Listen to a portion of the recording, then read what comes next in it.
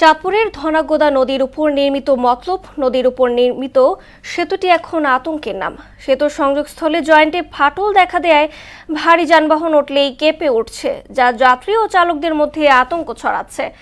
বড় ধরনের দুর্ঘটনার আশঙ্কায় সেতুটি দ্রুত মেরামতের দাবি তাদের। তবে ফাটল থাকলেও শঙ্কার কিছু নেই বলে জানিয়েছেন সড়ক বিভাগ।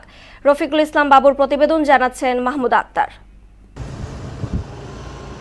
2018 সালে 92 কোটি টাকা ব্যয়ে নির্মিত হয় এই মতলব সেতু।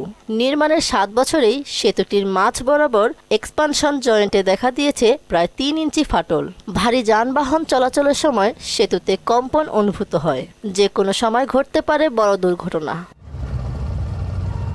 সম্প্রতি দেশে 5.7 মাত্রার ভূমিকম্পের পর সেতুর 7টি স্প্যানের মধ্যে মাঝখানের 2টি স্প্যানের এক্সপানশন জয়েন্টের উপর থেকে বিটুমিন খসে পড়ে। এই সেতু ফাটল ধরেছে, ভূমিকম্প হয়েছিল, ভূমিকম্পের পর থেকে আমাদের এই সেতু ফাটল ধরেছে। কয়েকবার দফা এই সেতু নির্মাণের জন্য আসছে, কিন্তু আসলে নির্মাণ হচ্ছে না। মতলব এদিক দিয়ে অনেকদিন আসা যাওয়া করতেছি আমরা, প্রায় এখানে দীর্ঘদিন ধরে অবস্থা দেখতেছি যে এই রাস্তাটা ফাটালো। এখন এই ব্রিজ দিয়ে আসা যাওয়া করতে আমাদের খুব ভয়ভীতি সৃষ্টি হয়।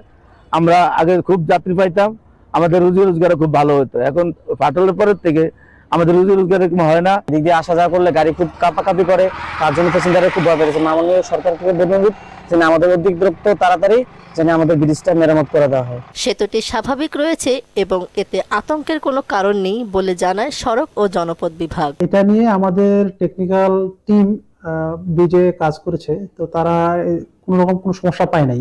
ব্রিজ স্বাভাবিক আছে এবং জনমনে আতঙ্ক যেটা হয়েছে সেটা বিষয়ে আমাদের একটাই বক্তব্য যে এখানে আতঙ্কিত হওয়ার কিছু নাই। সেতুটি দ্রুত মেরামতের মাধ্যমে যাত্রী ও চালকের আতঙ্ক দূর করবে কর্তৃপক্ষ, এমনটাই প্রত্যাশা সবার।